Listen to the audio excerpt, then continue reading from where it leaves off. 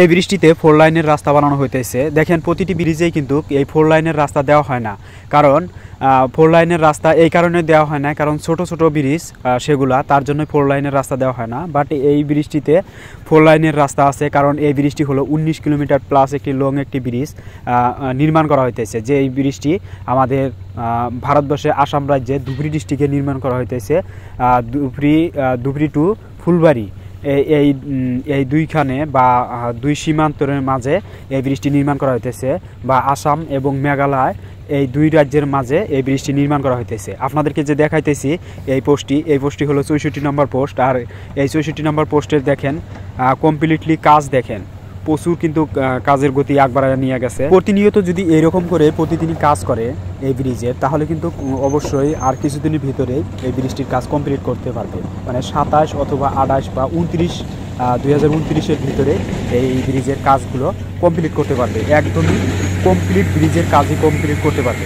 কারণ দেখেন দুদিকেই কিন্তু রোডের যেগুলো কাজ দেখেন, যেগুলো আর কি ওভার ব্রিজ সিস্টেম যেগুলো কাজ করছে, বা রোড যেগুলো বানাইছে 4 লাইনের রোড ব্রিজের নিচে থেকে, মানে 1 নম্বর পোস্টের আগে যেগুলো রোড বানাইছে, তো সেগুলো কিন্তু এখনই কাজ কমপ্লিট হয়েছে। হয়তো আপনাদেরকে পরবর্তী ভিডিওতে আপনাদেরকে দেখাবো সেই যে রোডগুলো যে বানাইছে, তো সেই রোডের একদিন আপনাদেরকে ভিডিও এই পেজের মাধ্যমে তুলে ধরবো। সেই ভিডিওটি আপনারা দেখে নেবেন।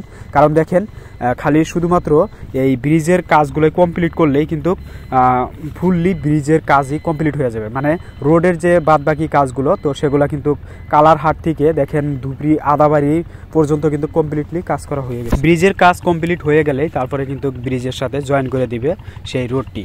তো যাই হোক আপনাদেরকে দেখাই এই ব্রিজের কাজগুলো। এই সামনের পোস্টটি যে দেখতে পাচ্ছেন, এটি হলো ধুবড়ী টু ফুলবাড়ি ব্রিজের 67 নম্বর পোস্ট। আর এই 67 নম্বর পোস্টের দেখেন নিচে যে সিগমেন্টগুলো রাখছে, দেখেন অনেকগুলো কিন্তু সিগমেন্ট এইখানে রাখছে, আর এদিকেও কিন্তু রাখছে, দুই দিকেই কিন্তু অনেকগুলো সিগমেন্ট রাখছে।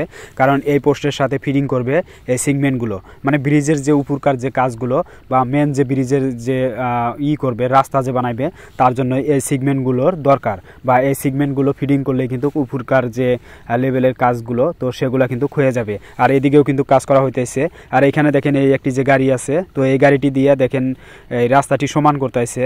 এই রাস্তা দিয়ে অনেক গাড়ি মোটর চলাচল করে, যার কারণে রাস্তাটি খারাপ হয়, যার কারণে দেখেন এই যে এইখান দিয়া এই গাড়িটি দিয়ে রাস্তাটি সমান করতেছে, মানে গাড়ি চলাচল করার ভাবে অসুবিধা যাতে না হয় তার জন্যই এই রাস্তাটি ক্লিয়ারলি বানানো হইতেছে বা সমান করা হইতেছে। আর এইদিকে দেখেন এই পোস্টটি বা এই যে এই দেখেন অপলোটুক পরিমাণ, আর যদি কয়েকটি পার্স দেয় সিগমেন্ট অথবা পার্স যদি কয়েকটি বসায়, তাহলে কিন্তু ওইখানকার মাঝখানকার যে গ্যাপ, তো সেইখানকার গ্যাপটুকু কিন্তু পুরা করতে পারবে।